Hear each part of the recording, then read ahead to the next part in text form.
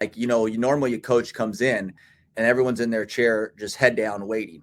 And I walk in the locker room and guys are standing up, hugging each other, crying because they know the season's coming to an end.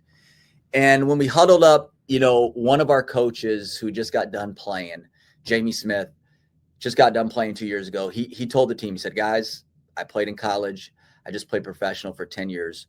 You'll go your whole careers trying to find a team like this. And he meant the culture, the feeling, the brotherhood, the connections, the good times, the bad times, and I think we all understood what he was saying at that time. And, listen, it doesn't mean everyone's going to come back next year to your team, right? Doesn't mean no one's going to transfer or get more NIL, other opportunities. But that right there, when I reflect back, like, I kind of went on a ramble right there, but I think those are some of the things that, are really make me really, really proud and grateful.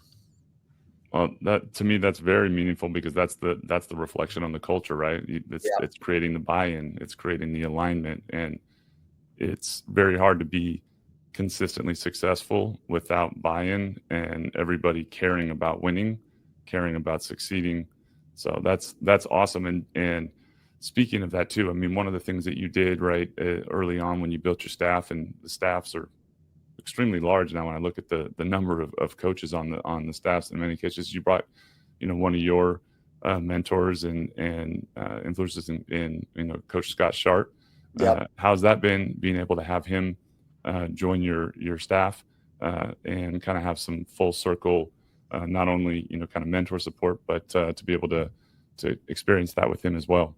Coach Sharp's the OG on our staff. That's what we tell people. He I think it's just cool to have somebody who impacted my life when I was 14, 15, 16, 17, 18, to be able to have him on my staff now and see him interact with the guys. And, one of our core values is humility, and nobody maybe that I've ever worked for embodies humility like Coach Sharp. He will be the first guy to take out the trash. He's the oldest guy on our staff. And there is absolutely no job too small for him. And I think he lives as well as anybody, including myself, what humility looks like. And that's one of our core values. And a lot of people that come here, whether it's recruits or coaches on visits, or it's like, man, how cool is that, a guy who was your high school coach who helped mentor you in your young age, work with you side by side. So it's truly a blessing to be able to have Coach Sharp here. That's awesome. And I'm sure it contributes to kind of the balance as a leader that, you invest a ton of time and energy into having a plan, kind of having as many of the answers as possible, right? Looking around the corner for your guys so you can let them know what's coming. That balance is sometimes hard to keep in line of, where you're challenging yourself to see where maybe you're going left when you should go right. And it's, super crucial to have people around you that aren't, yes people that are going to tell you what you need to hear.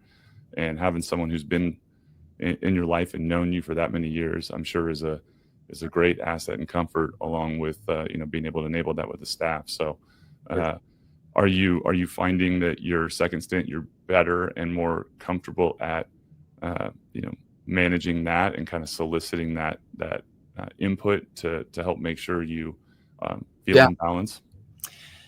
Yeah, it's a good way to put it. I think 100%. The other unique thing about Coach Sharp is he was with me at UAB, so he kind of has witnessed firsthand, I think the transformation of not just me but everybody, and how we've kind of run the program, and his ability to give me feedback because of our relationship has been critical. And 100%. I think a handful of times this year I solicited it from Coach Sharp. Hey, what do you think? Like, give me your thoughts, from your perspective. And he's kind of our chief of staff. So he's not on the floor coaching every day. He's doing a handful of things from 30,000 feet to help our program. So it's also another cool perspective for him to have. But I think you got to have truth tellers in your life. And that's sometimes hard to find because of the dynamic of the relationship and the organizational structure.